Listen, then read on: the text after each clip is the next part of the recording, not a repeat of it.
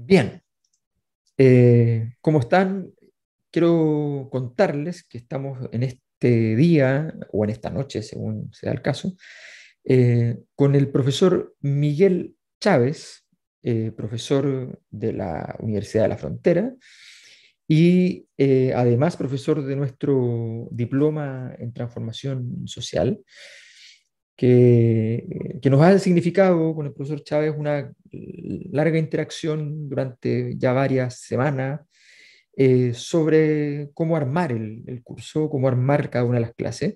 Y en medio de eso dijimos, empezó a aparecer muchas cosas que me fue contando, que encontré suficientemente interesantes como para poder pedirle que hagamos una conversación que vaya más allá de la clase y que de alguna manera le dé bordes a los contenidos que van a estar después en el curso. Tengo el gusto de conocer al profesor Chávez desde hace muchísimos años. Me hizo clases por gusto, porque no era profesor oficial de la Universidad de Chile, pero iba cuando lo invitaban. Y eso siempre se valora de profesores que tienen ganas de ir a enseñar. Y entonces hay algunos alumnos que éramos poquitos, que teníamos ganas de aprender, nos quedábamos a estar con él y escucharlo. Y más de alguna vez, debo decir, lo recordarán mis compañeros que nos quedábamos, cuando se iba el profesor Chávez, nos quedábamos parados frente a la pizarra del profesor Chávez, que era una obra de arte siempre, y nos poníamos a analizar las líneas que había trazado para reconstruir las complejísimas e interesantísimas articulaciones que nos había entregado. Así que es un honor para mí presentarles al profesor Miguel Chávez. Miguel, ¿qué tal? Un gusto saludarte. Bien, bien, no, muy contento, muy gratificado y agradecido de esta invitación. Eh, Creo que es una gran contribución. Yo lo único, Alberto, en algún momento te dije, estoy hace muchos años eh, sin conexión a los medios, no veo televisión, veo muy poco diario, así que muchas cosas se me pasaron por alto, pero cuando me enteré de esto y gracias por tener esta oportunidad. Y bueno, a mí me conmueve mucho porque cuando nos encontrábamos en aquellos tiempos, o vine dos o tres veces por 2 meses muy breves de Bielefeld a la PUC y a la Chile, me acuerdo de Isla, también entre los Sí, colegas jóvenes estudiantes en ese tiempo, sí.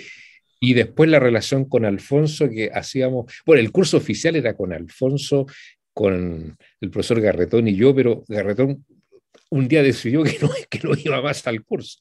Así que Sí, ese es fue que uno de tuvo los problemas con mi curso, fue una cosa política, ¿ah? O sí, sea, de fue una política cosa, yo interna, no o me sea, enteré muy bien, claro. No, nadie pero lo entiende, que o me sea, el conflicto se armó en su momento, qué sé yo, eran claro, cosas bien de, ahora, sí, muy de universidad, así con gran sí, pompa, ¿no? De, el sí, conflicto entre los Universidad de estudiantes. Chile, sí, algo muy distinto. Y, no, y yo recuerdo que para mí, imagínate, había estado veintitantos años fuera de Chile, entonces era mi primer ejercicio académico y tenía muchas ganas de escuchar, no solamente de hablar. Y me fascinaba hacer clases, o sea, llegaba, me acuerdo, en la mañana, en bus, y me iba en la noche o me quedaba un día más. Y con Alfonso hablábamos bueno, después terminábamos hablando de otras cosas, Por terminábamos supuesto, hablando por de, supuesto. de Alfonso Arrau política. era muy, muy chistoso, además. O Sí, sea, no, lo pasábamos y además los dos teníamos trasfondo campechano, entonces ya la conversación se iba por otros lados. Bueno, para qué decir. Así que bueno, un gusto efectivamente, y un gran Miguel, saludo al equipo también. Sí, muchas gracias. Miguel vivió muchísimos años en Alemania, forjó importantes relaciones allí intelectuales, académicas, con académicos muy destacados. Trabajó temas bien complejos. Alguna vez conversando le hice un par de preguntas sobre Hegel y me dijo, me tocó trabajar un par de años teniendo que preparar textos sobre Hegel. ¿Para quién? Le decía yo. No, no, para el Estado alemán. O sea, era una cosa así como sí, esas cosas sí, es verdad. medio Sí. inimaginables. Pero bueno, pero efectivamente entonces tiene un Luhmann muy bien elaborado, muy desarrollado, pero además con esa ventaja sustantiva de quien maneja un autor, pero no pertenece a la religión, ¿no? Entonces, entonces yo creo Sí. que pasa mucho en ciencias sociales que se produce esta cosa media religiosa con los autores, entonces el que es experto en un cierto autor o un conjunto de autores, además es deudor de la secta, ¿no? Y eso no necesariamente ayuda mucho al proceso de análisis crítico. Miguel en ese sentido es alguien muy epistémico, siempre puede mirar las cosas desde, desde arriba.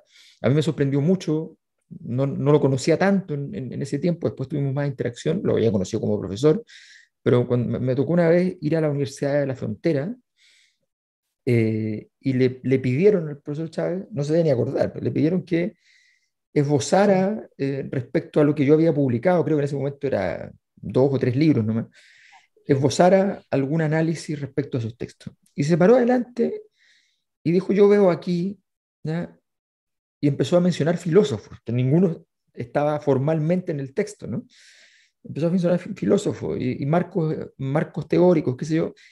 Sacó la foto completa. O sea, yo siempre digo, cuando escribo algo, cualquier persona que escribe en ciencias sociales muestra la punta del iceberg, no muestra todo lo que hay atrás, Mm. cuando lo hay, digamos. A veces pasa que... pero, Sí, bueno, pero muestra la punta del iceberg. Tenía completo el iceberg, Chávez. Entonces es bien interesante. Por eso queríamos hacer esta conversación y parto planteándote los primeros elementos. En las conversaciones que tuvimos, y quiero enfocarlo a partir de esa época, ¿no? ya, Me mencionaste tu participación en Alemania, en los orígenes de los movimientos más ecologistas, pacifistas, ¿no? Del problema nuclear, en fin, ese tipo de sí, discusión. Y me pareció muy interesante comenzar por ahí, porque es una cosa histórica que uno ya, puede articularla teóricamente después, ¿no? sí. Bien, bueno, eso lo vamos a hacer bien personal. Solamente un recordatorio. Cuando, como el año 75-76, fui a inscribir un curso de sociología con Luhmann, el caballero que era una especie de coordinador me dice, no pierda el tiempo con él, es un sociólogo de los funcionarios, se va a aburrir. Ya, eso, o sea, Luhmann en ese tiempo no era lo que después se conoce.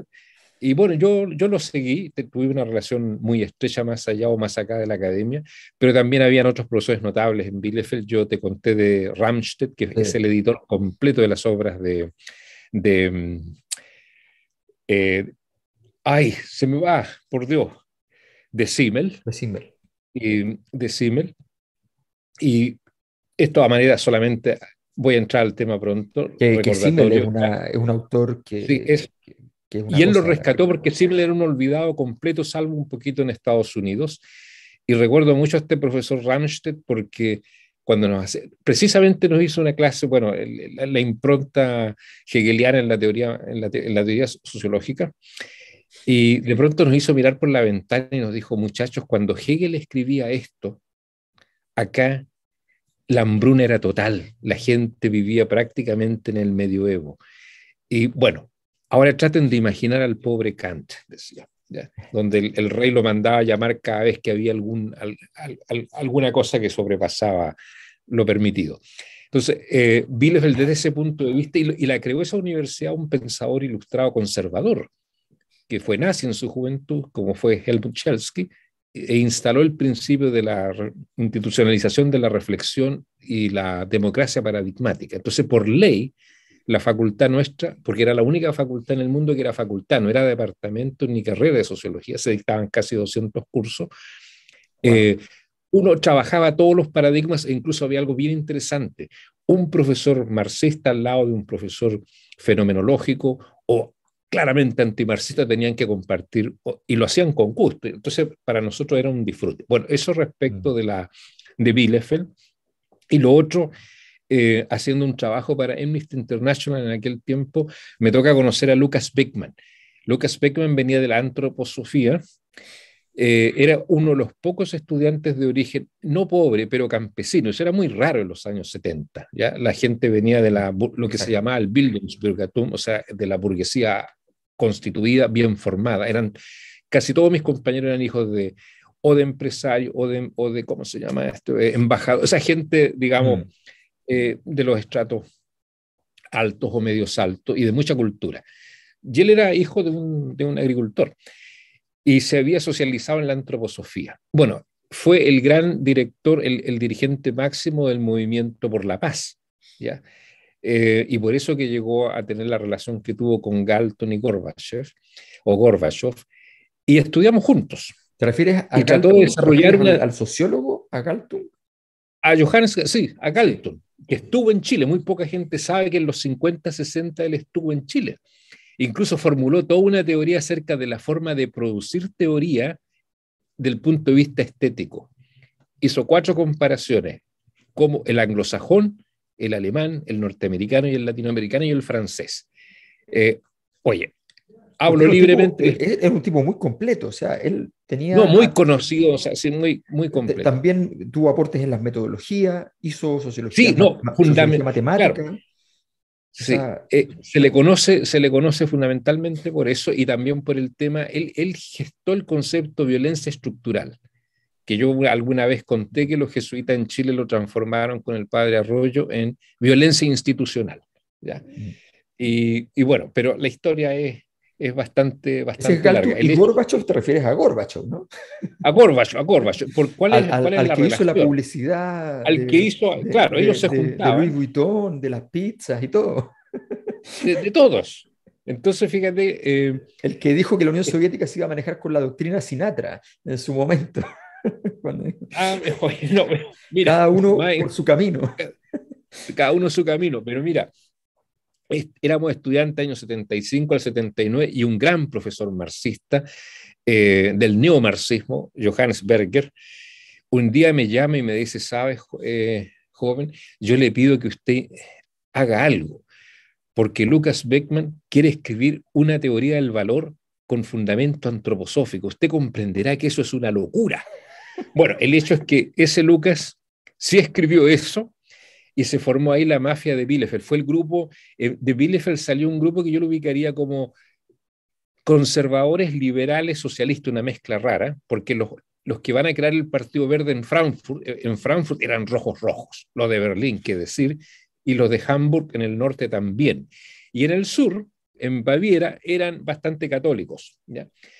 Y Lucas era una mezcla conservador, liberal, no era marxista ni nada de eso, pero desarrollaba una amistad muy grande. Entonces, lo que yo observé en ese proceso, cómo se pasó del 0,1%, 0,5% a llegar al 5% y a llegar al 15 y 20, bueno, hoy día son gobiernos impensables. Entonces, Sí. ¿por qué yo me acuerdo siempre de Galton? Porque cuando a mí me tocó, Lucas me contrata, después estoy en el Parlamento alemán y me toca trabajar en la Comisión de Ciencia y Tecnología y Sistemas de Defensa.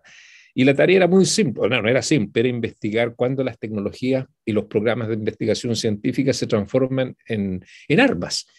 Y al revés, o sea, hay muchas de las cosas que nosotros hoy día aportamos fueron eh, técnicas armamentísticas que después se transformaron en ropa, en un montón de cosas. Bueno, y cuando llego ahí, un día Lucas tenía una muy buena relación con Galton, era un invitado asiduo, y, y Galton nos da una conferencia, porque recién estábamos en el 5 o 7%. Yo nunca milité en el Partido Verde, era asesor directo de Lucas Beckman, que era el presidente del partido, o sea, el secretario general. Pero yo trabajaba para él. Y dentro de eso, bueno, tenía una serie de funciones. Bueno, después lo cuento. Y el hecho es que Galton nos da una conferencia porque estar entre el 4 y 6% no era muy benevolente, y nos dice, saben muchachos, no se preocupen, y lo hace de una forma bastante, a ver, chistosa. Dice, miren, en 20, 30 años más, todas las locuras de ustedes habrán pasado por la transformación cultural y serán habitual. La Mm. homosexualidad, el género, el transgénero todavía no ha aparecido, porque van a ser políticas que tejen en el Parlamento, porque en ese tiempo la gran ruptura era, me acuerdo de una compañera nuestra de Münster, la diputada Gaby Gottwald, su gran mérito, aparte de sus méritos intelectuales políticos, era que no usaba sostén, y eso era, pero ya. Y dijo, Mm.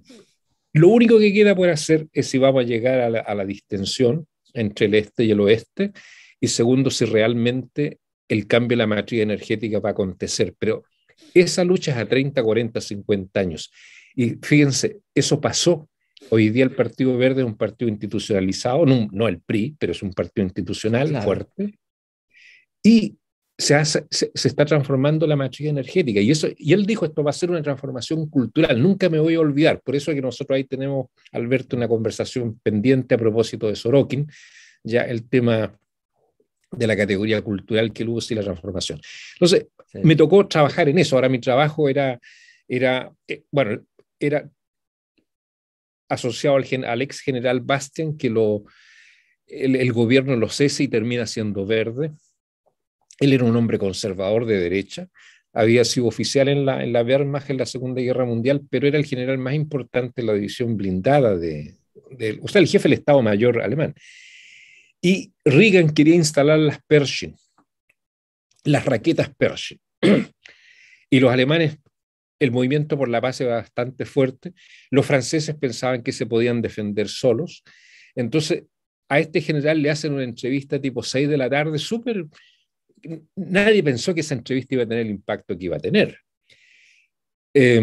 Porque había una presión muy grande para instalar las Pershing. Entonces él dice, miren, a mí lo que me tocaba estudiar, Alberto, era si las raquetas estaban en el Rin, ¿qué pasaba? Y si estaban en el Elba, ¿qué pasaba? Y para eso tenía que ir a Bruselas, ir a Estrasburgo, bueno, y estudiar esas cosas y entregarlas como asesoría, ¿no?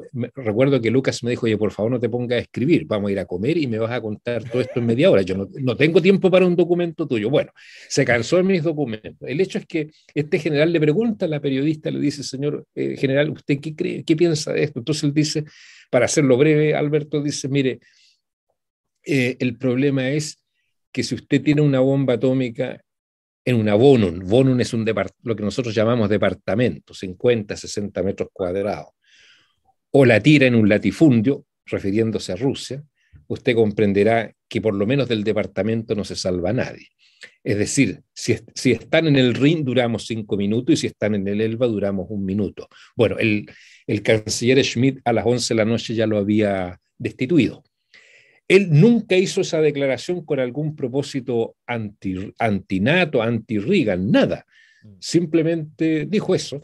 Bueno, y así él llega al Partido Verde y a mí me toca trabajar en esa constelación y ahí me especialicé en lo que habían dos grandes proyectos europeos, el programa Eureka, que un día me gustaría mostrártelo o mostrárselo, y el programa de Reagan, que era la Guerra de las Estrellas. Y el Claro, programa Eureka fue, sí, sí. sí, La y Guerra el de las programa Galaxias, Eureka, que como le decían siguiendo la saga de la película, sí, que exacto. fue el Y programa que fue muy estratégicamente fue muy astuto, porque en el fondo obligó, ellos sabían que la sí, capacidad de capital, de financiamiento de la Unión Soviética era muy discreta. no era exacto. Entonces, ellos sabían que la tecnología era muy buena y era mucho más barata, pero que si uno le incentivaba a tener que salir a pelear el espacio, no llegaban.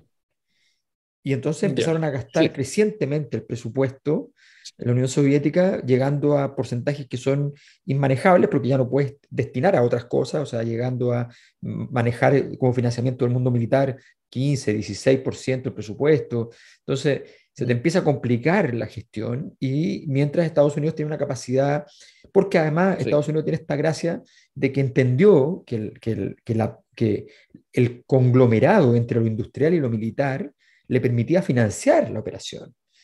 O Sí, sea, ellos sí. ganaban plata No, eso fue. produciendo. Sí. No, para mí fue fascinante, todo eso lo observé en la sociología, porque en la Facultad de Vélez prácticamente la que creó el Ministerio de Ciencia y Tecnología alemán. Y el Ministerio de Ciencia y Tecnología alemán, no el de Hacienda, era el que garantizaba la ventaja competitiva de Alemania. Incluso al canciller Schmidt una vez le preguntaron, porque hoy día es una palabra obvia, pero en ese tiempo cuando se empezó a hablar de las nuevas tecnologías o tecnologías de punta, nadie sabía qué es eso. Y Schmidt dijo, mire, tecnologías de punta son aquellas que el 98-99% de la humanidad no las puede producir, pero nosotros sí. Punto. Así que, y bueno, me tocó observar ese programa desde un punto de vista de las políticas científicas, compararlo con Francia. Bueno, ese fue mi trabajo de muchos años, pero nunca dejé la academia. Seguí, tú sabes, vinculado al tema estético con el profesor Stoll en literatura y en sociología siempre. Sí, Y que fue una tradición, efectivamente, hay una larga tradición en el siglo XX en Alemania, donde los intelectuales cruzaban todas las disciplinas, era bastante normal, sí, incluso, bueno, no solo en Alemania, sino que en esa órbita, o sea, incluso mm, el famosísimo Círculo de Viena, que es conocido siempre por el mero positivismo y por la cosa más metodológica, tenía un montón de gente experta en literatura, tenía un montón de, o sea, sí, en arte, sí, exacto, o sí. sea, había un esfuerzo. Y te quiero hacer una pregunta osada a partir de lo que Ya, planteaste. ya, Y simplemente recordando como una ya, nota al pie, que hoy día en Europa, cuando uno habla de los verdes, voy a exagerar un poco, pero es casi cierto, ya, ¿ya? Cuando uno habla de los verdes, son prácticamente la única izquierda que queda, ¿ya? O sea, la izquierda está muy debilitada en Europa. Los proyectos propiamente de izquierda, decimos tradicionales de izquierda, tienen muy poco peso. Y en ese contexto, lo que defiende electoralmente normalmente a los sectores de izquierda es el mundo verde, justamente. O sea, el mundo ecologista es sí, el que va sosteniendo la maquinaria sí. normalmente y ha permitido efectivamente entonces hacer gobierno o evitar gobiernos determinados. O sea, ha sido muy importante en estos procesos últimamente. Sí, oye, pero ahí sí, es así. Voy a decir algo Sí, sobre la LINK, que la izquierda alemana, que es tributaria de la izquierda más radical socialdemócrata, pero también del ex Partido Comunista de la RDA. Pero debo recordar también a mi amigo Lucas Beckman cuando en aquellos tiempos tener, para la izquierda dura, tener una alianza con la socialdemocracia era casi una traición a la causa. Y ya con la democracia cristiana era ya, pero ya no, eso era el infierno, porque son lo mismo. Entonces mi amigo Lucas Beckman fue el primero que abrió la puerta a que se tuviese una alianza no solamente con la socialdemocracia, sino que también con la democracia cristiana y dijo, bueno, si son lo mismo, entonces ¿cuál es el problema? Y eso significa que, sí, no, era un tipo muy hábil, bueno, y eso significó que todo el mundo conservador, porque la tradición alemana, el tema de la naturaleza, eso viene ya desde la romántica como reacción al exacto. industrialismo, está presente la reacción contra la técnica. Entonces, todo ese mundo conservador cultural profundo, aunque votasen por otros partidos, etcétera, fue tocado por esa invitación de que también el mundo conservador y de derecha, conservador más que de derecha, podía entrar en la conversación de la transformación a partir de la defensa de la naturaleza. Mm, Eh, Ahora, en el caso de Alemania hoy día, claro, en la parte occidental, la izquierda, el ex Partido Comunista Alemán Occidental nunca pasó del 2-3% o el 1%, ¿ya? mm, Era un partido prosoviético completo. Eh, pero lo que hoy día se llama la izquierda fue fundada por Lafontaine, que era un hombre de los tiempos de Willy Brandt, mm. de izquierda, socialdemócrata, y por lo que es el ex Partido Comunista. Y ahí se han generado, bueno, por supuesto, las semánticas muy radicales, pero a la hora que han ganado gobiernos, o sea, en países federados, ya la música empieza a cambiar, porque tienen que hacerse cargo de un aparato, Exacto. etcétera, etcétera. Bueno, ahí el tema trabajo capital sigue vigente, son un aporte, o sea, sin duda, pero sería muy largo hablar de esto, Alberto, muy Sí, no, largo, no, no, pero no te te lo preocupes, dejo. pero Ahora, yo estoy de acuerdo, o sea, no de acuerdo, sino que confirmo que en Francia es algo parecido. El fracaso del Partido Socialista, yo no lo podía creer. sí. Yo viví algunos años, trabajé en Francia y no podía creer ese inmenso Partido Socialista de Mitterrand y todo lo Y que, con, y lo que con se robo venía. de banderas incluido, porque si uno ve la última Merkel, sale a robar banderas de la izquierda y se las lleva hacia la democracia cristiana. Macron ahora ha sido un firme Sí, defensor de muchos elementos que son tradicionales de la izquierda y se los lleva entonces, y no hay capacidad de defenderse en ese sentido. Entonces, bueno, no, pero mira, te quería plantear una cosa, lo que te ya, decía, una cosa un poco más audaz. Yo he estado hace rato mirando el tema y por las cosas que mencionas veo que te tocó trabajar en un momento donde esto estaba muy seminal como análisis. El tema de una perspectiva de análisis de la globalización más como proceso que como proyecto, ¿ya? O sea, me interesa como proyecto, pero no porque el problema es que, me explico, la gente que cree en la globalización, ¿ya? está permanentemente jugando en dos niveles que son distintos. Está en lo fáctico, donde la globalización es real, digamos. O sea, tenemos aparatos Mm, tecnológicos como este que nos permiten comunicarnos mm, a larga distancia, mm, simultáneamente a precio cero o casi cero, ¿ya? Y eso evidentemente altera las formas de relación, de interacción humana. Eh, pero otra cosa es cuando yo me imagino que eso significa un gran proyecto político, social y cultural que configura un marco civilizatorio nuevo, que establece valores comunes necesariamente, o sea, hay toda una idea de que la globalización en su materialidad involucra una serie de otras cosas que están más allá de la materialidad y que a mm, todas luces son al menos discutibles. Bueno, cuando me refiero a que a partir de esa reflexión, viendo las últimas contingencias internacionales o las últimas tendencias culturales de las discusiones políticas, te quería plantear una consulta, más bien una digresión mía con el objetivo de que tú me des tu perspectiva. Si uno mira, por ejemplo, la misma crisis hoy entre Rusia y Ucrania, que no es Rusia y Ucrania, la guerra es Rusia y Ucrania, pero la crisis es Rusia-Europa. mm, Si uno mira eso, y no voy a entrar a las causas ni nada, ni siquiera voy a entrar allí, mm, ¿ya? Obviamente ni a ponerme de un lado o del otro, ¿no? Pero a mí lo que me parece más llamativo de ese asunto es esta reacción, ¿ya? No sé, aquí donde yo estoy están sugiriendo las universidades a los estudiantes rusos que se vayan de Europa. Están, bueno, ni hablar, eh, están castigando seminarios de Dostoyevsky, conciertos de Tchaikovsky suspendidos, ¿no? mm, O sea, ironía total. mm, Dostoyevsky fue el que propuso que era mm. inminente la alianza cultural entre Occidente y Rusia. Sí. Y Tchaikovsky, convencido de eso, escribía lo que escribía. Entonces, o sea, que los cancelen a ellos es sorprendente. Pero veo eso, por ejemplo, ¿ya? Veo que en las discusiones, por ejemplo, incluso en la discusión constituyente en Chile,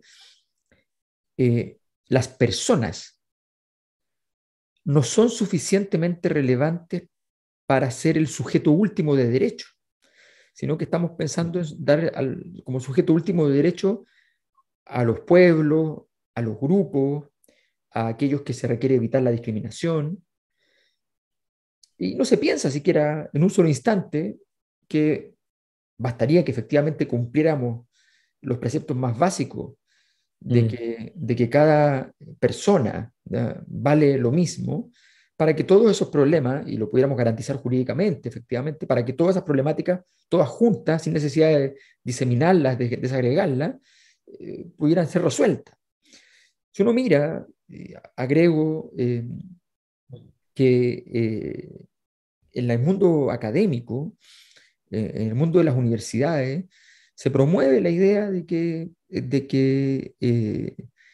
no solo hay muchas formas de conocimiento, cosa que es cierta, mm, mm, sino que esos conocimientos son equivalentes en su validez, ¿no?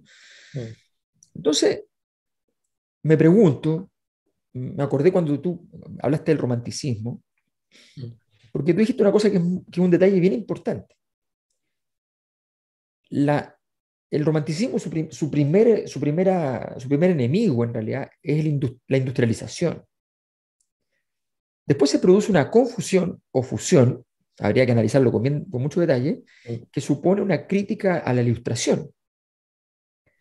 Sí. Pero la ilustración, viceversa, no es refractaria del romanticismo, a tal punto que incorpora elementos del romanticismo al interior de su discurso. Por lo pronto, el ideal del genio científico o literario proviene del Mm, romanticismo, por ejemplo. sí. Entonces se produce una relación asimétrica en el fondo entre un movimiento cultural y otro, porque hay significaciones que son distintas y porque probablemente además había muchísimos matices que había que abordar.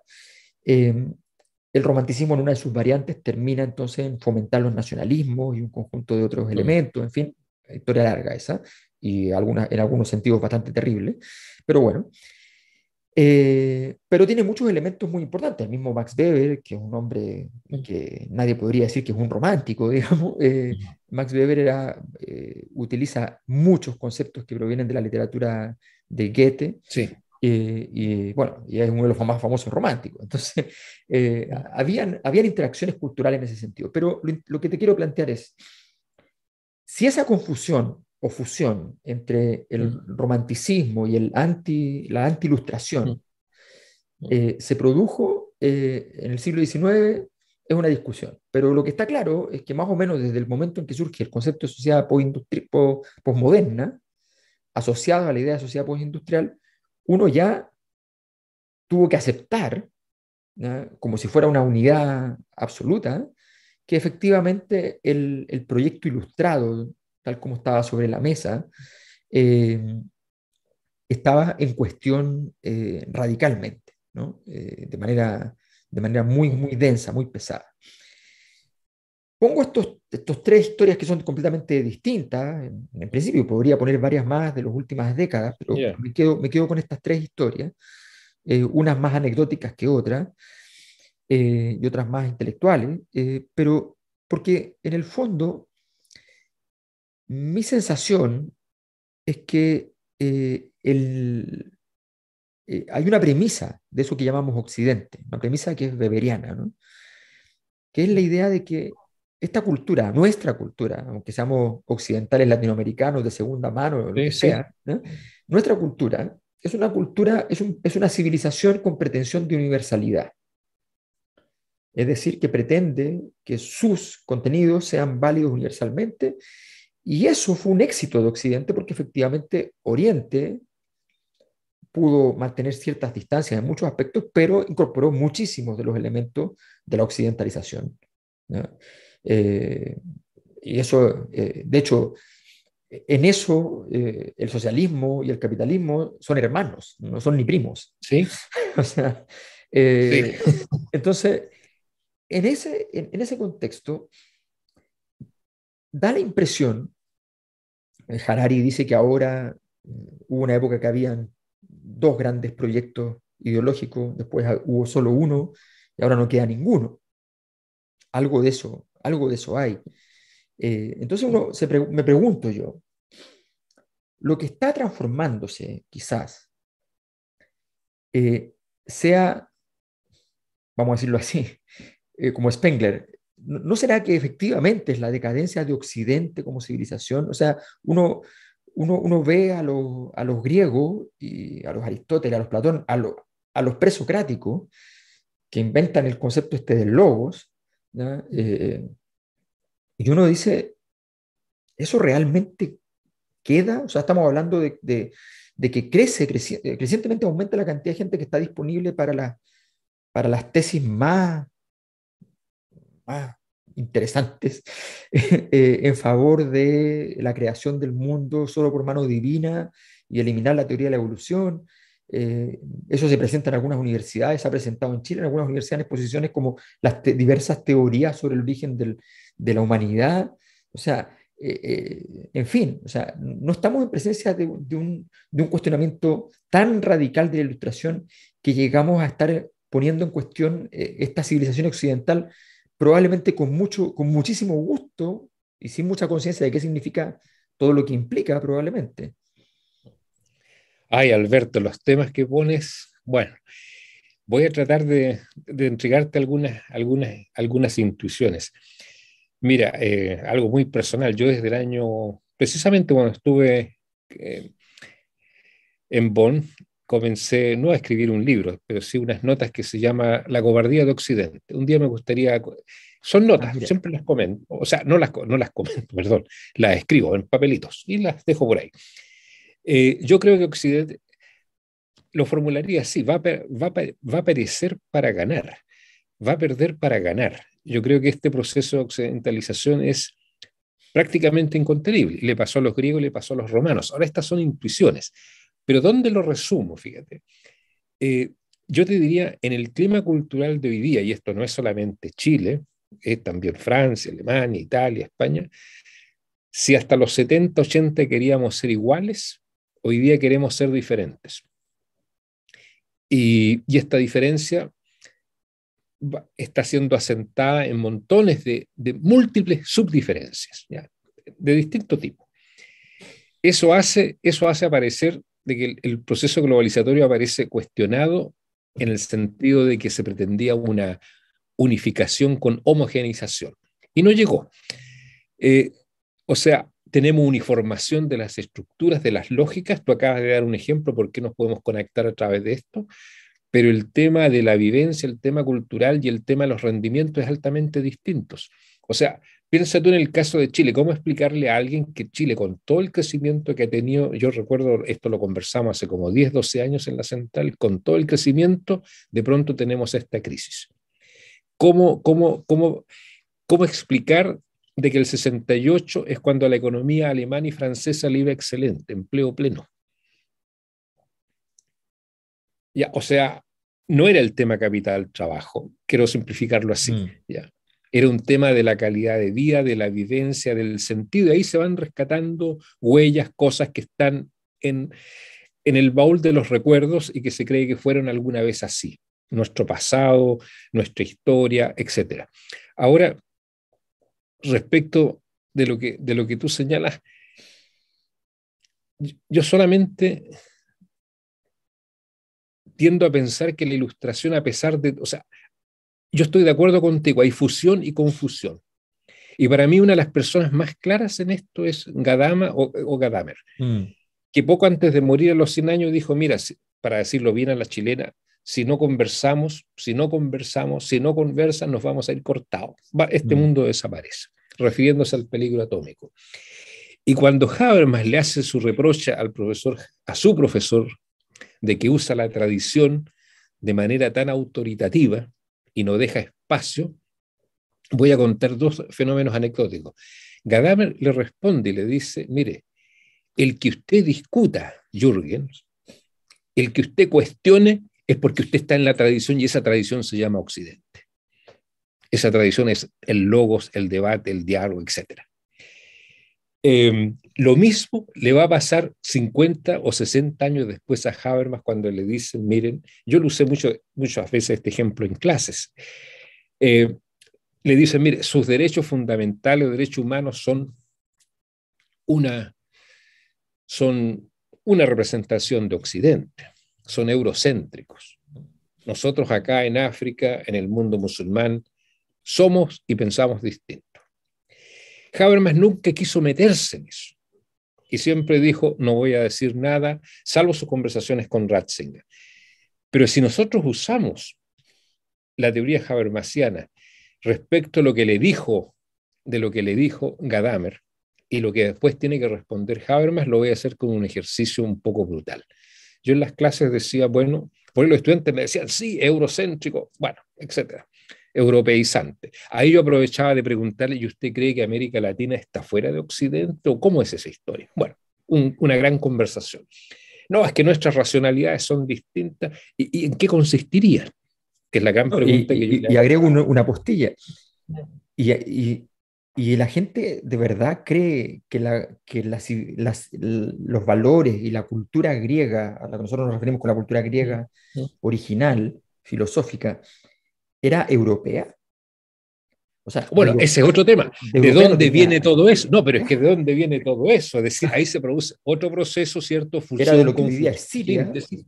era Sí, heredera de venía, Egipto bueno, de y Mesopotamia. fue O sea, conservada por los árabes. O sea, exacto. O sea, bueno, ya. Por lo tanto, hay que agrandar el auditorio y hay que agrandar el lente. sí. Y yo siempre a los estudiantes les digo, mira, yo no soy ningún culturalista, chauvinista, nada de eso, pero tengan cuidado. Aunque nosotros llevemos la espada, eso es Cortés, y la cruz como proyecto civilizatorio español, no se olviden que estamos hablando apenas de 500 años o de 2000 años. ¿Y qué pasa de esos 2000 años hacia atrás? O sea, si vamos al imperio persa, bueno, etcétera, Mm, etcétera. obvio. Ahora, ¿por qué yo hacía un ejercicio con Habermas y decía, mira, Habermas en su teoría de la acción comunicativa, a ver, veamos un caso, el tema de las mujeres. Entonces Habermas lo único que le podría decir a la población árabe es que las afectadas discutan y digan si están de acuerdo. Pero yo sé lo que esa cultura va a responder, es que en la cultura nuestra las mujeres no discuten. Yo sé que hay Mm, excepciones y que hay variaciones de país, no es lo mismo Marrakech, ¿cierto?, que Libia o Egipto, etcétera. Entonces, este tema de ser tributario a una cultura, yo creo que esta cultura se ha universalizado, pero las universalizaciones son, como decías tú, fácticas, son muy empíricas. Y la gran pregunta hoy día para mí sería una pregunta weberiana, si a este mundo globalizado le corresponde un etos cultural globalizado. Porque mm. fíjate los problemas que tuvimos, capitalismo sin etos capitalistas, imagínate esa historia. Entonces hoy día la gran pregunta, no la vamos a saber, no la vamos, porque nos vamos a morir mucho antes, pero ¿surgirá eso o vamos a volver a una nueva edad media de la fragmentación total y del conflicto cultural? Mira, yo quiero recordar algo a propósito de lo que tú me señalas, porque me empiezo a acordar de mis tiempos de muchacho, de estudiante. Eh, Cuando me toca leer a Daniel Bell, Ah, trabajamos a ya. Daniel Bell y, ¿cómo se llama? Y Turén en comparación. El advenimiento de Con la un sociedad viejo, postindustrial y la sociedad la postindustrial. sociedad postindustrial, ya. Y sabes, a mí lo que, y el profesor, un profesor que yo le tengo un gran tributo, había hecho su doctorado con Plessner, nada menos. Eso lo vine a saber muchos años después. ¿Y qué dice? Nos sorprendió Daniel Bell, porque lo habían nombrado en una comisión, y aparte del tema de la sociedad industrial, le preguntó el presidente norteamericano, no directamente, pero le preguntó a la comisión, ¿cuáles son los conflictos del futuro? ¿Qué se viene? ¿Y saben ustedes lo que responde Daniel Bell? Las guerras étnicas, culturales y religiosas. La, decir eso años 68, entre el 68 y el 75, en que el mundo estaba en otra, Mm. y Daniel Bell sale con esa frasecita, y sabes tú, 10, 15 años después estaba Serbia, 10 años después estaba, ¿cómo se llaman? Las matanzas en África. Exacto. Y bueno, y la otra cosa que dijo, y eso fue en un foro, pero está en los Y libros, estaba la crisis de las naciones internas en Rusia, porque lo que no se sabe es que gran parte de la crisis de la Unión sí, Soviética es por causa de los nacionalismos internos, no por causa bueno, de la economía. sí, Alberto, yo hoy día voy a contestarlo anecdóticamente, es una conversación, así que no voy a entrar en Mm, grandes teorías, pero solamente decir, fíjate, la segunda frase, Bell, fue cuando estaba todo el tema de la crisis del petróleo, mm, bueno, ¿cómo se llama? La no materialización del capital, ¿ya? Etcétera. Y Bell y los norteamericanos peleando por el tema, bueno, Vietnam, el tema, pero el tema económico, y dice, mire, esta no es una crisis económica, déjense hablar tonteras que el imperialismo, que la técnica, que el mercado, bueno, esta es una crisis cultural y eso significa mm, que a Occidente y particularmente a Estados Unidos y Europa se le están agotando las reservas de sentido cultural de por qué llegaron donde llegaron. Están mm. generando una cultura hedonista. Lo dijo así, todavía no salía su gran libro, lo dijo de pasada. ¿Ya? Bueno, este profesor, como estaba tan bien informado, nos llevó estas cosas y nos hizo conversar. Y por supuesto que nosotros decíamos, no, eso es una locura, esta persona no sabe nada, etcétera, etcétera. Y lo otro que tú acabas de tocar, el tema soviético. Y perdona, Alberto, que en esta parte me ponga tan biográfico, no nostálgico, pero biográfico. Me acordé de este profesor Václav Klamser. Él escribió, firmó la carta era un asesor de Dubček. Mm. Cuando no había caído Dubček, él tenía una estatura cuando llegaba a Alemania de honorable profesor. Ya. Cuando llega exiliado a Alemania, se le trata mal porque, bueno, había casi traicionado al socialismo. Y en sus clases, yo con él me socialicé mucho en el pensamiento de Sorokin y otros más. Y nos dijo en clases, en una de las clases que hacía, si mañana, mira, año 75, 76, Alberto, si mañana en la Unión Soviética dejaran que la gente circulara libremente, o sea, pasara de un país a otro país, dentro de ese, Mm. se cae el imperio. Y el día que le hagan un forado al muro, se acaba el socialismo. ¿Y sabes lo que nosotros comentábamos en el pasillo? Eh, Traducido a los chilenos, chuta, se nota que al viejo le dieron duro, weón, porque decir tamañas tonteras. No, decíamos la clase espectacular, extraordinaria, pero de repente, a título de nada, salía con estas frases. Fíjate que él murió un año antes de la caída del muro.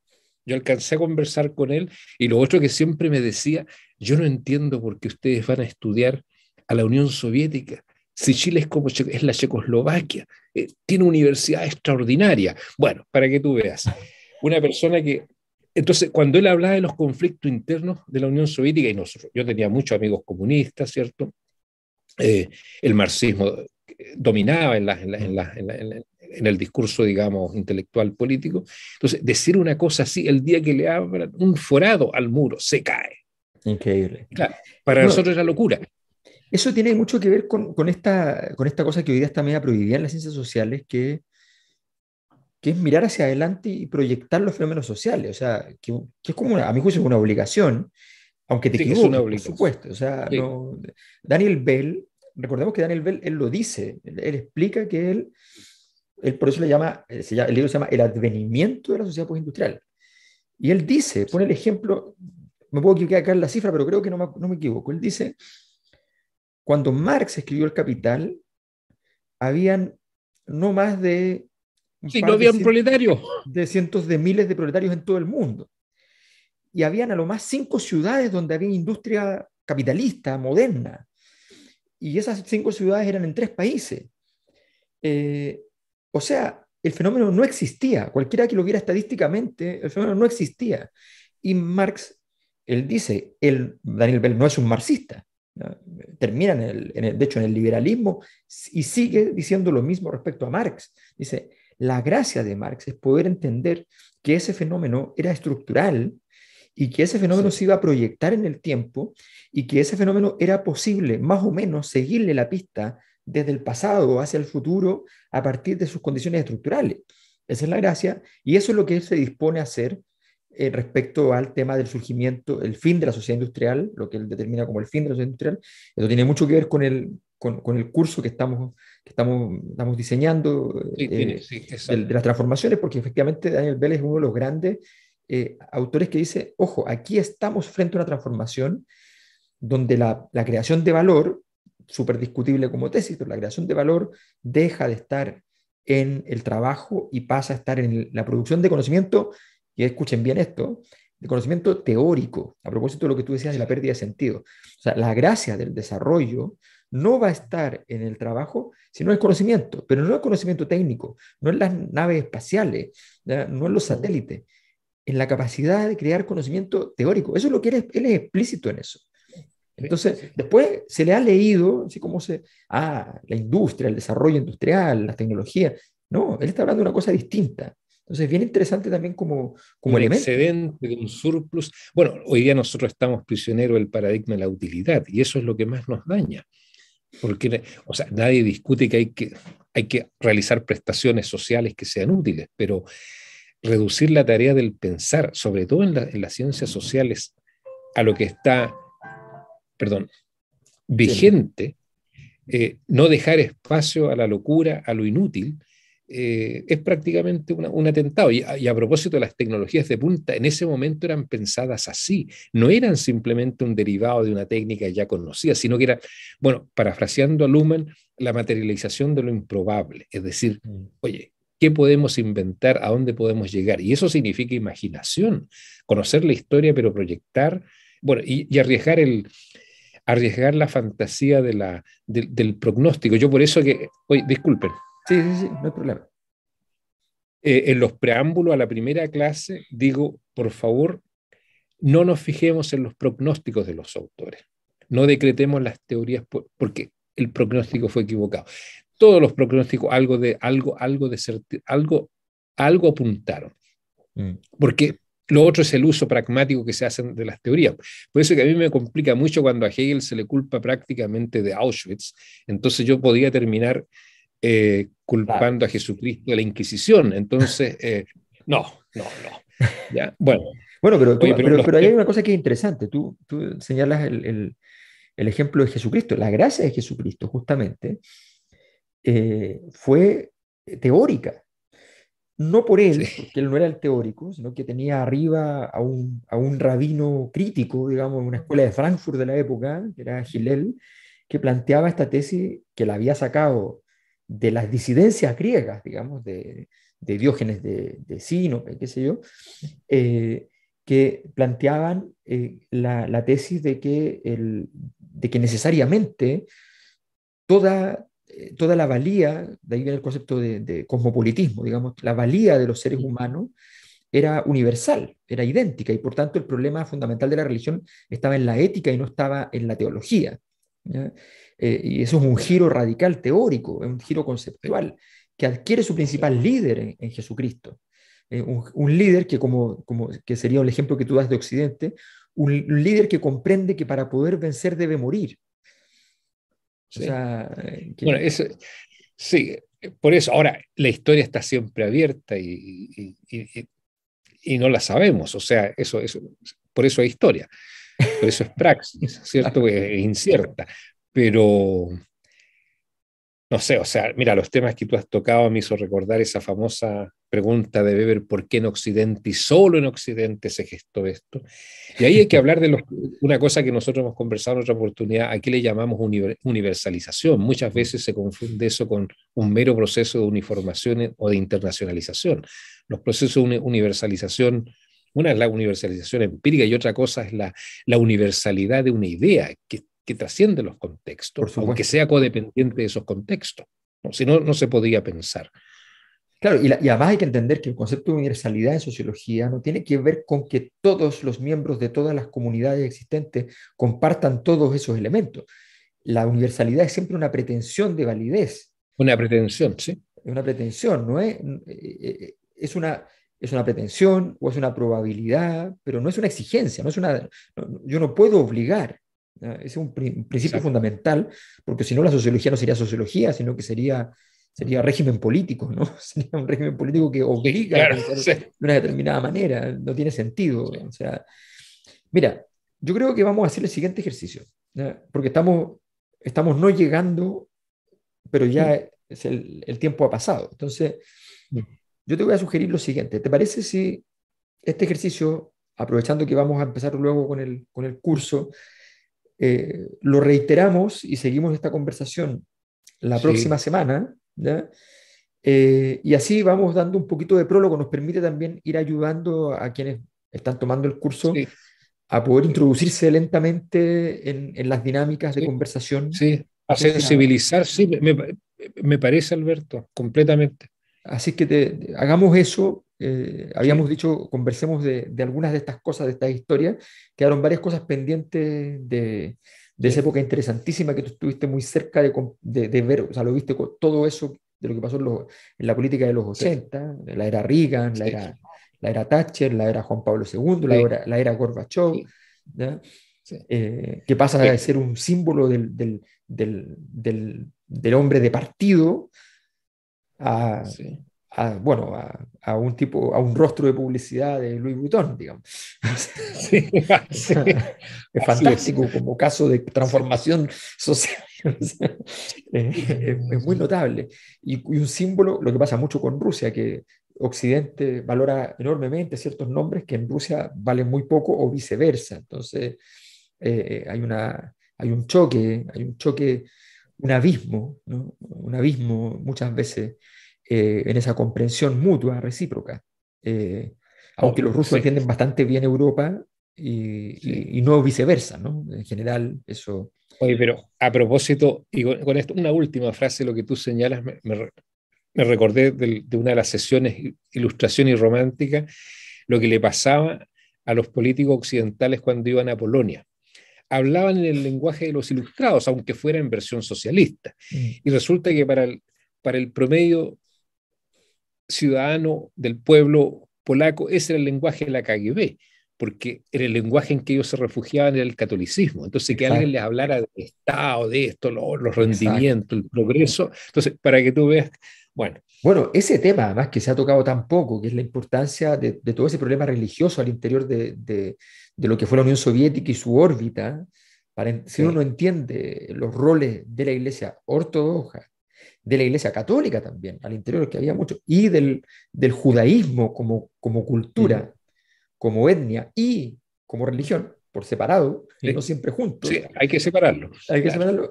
Eso ayuda mucho a entender lo que pasa también hoy día con este movimiento, que algo hablaremos ahí, porque tú seguramente viste las raíces de ese momento, del movimiento eslavófilo que empieza a materializarse, que es muy Sí, antiguo en todo caso, pero que empieza a retomar fuerzas en las últimas décadas y que de alguna manera, utilitariamente probablemente, Vladimir Putin está utilizando como sí, una base teórica, digamos.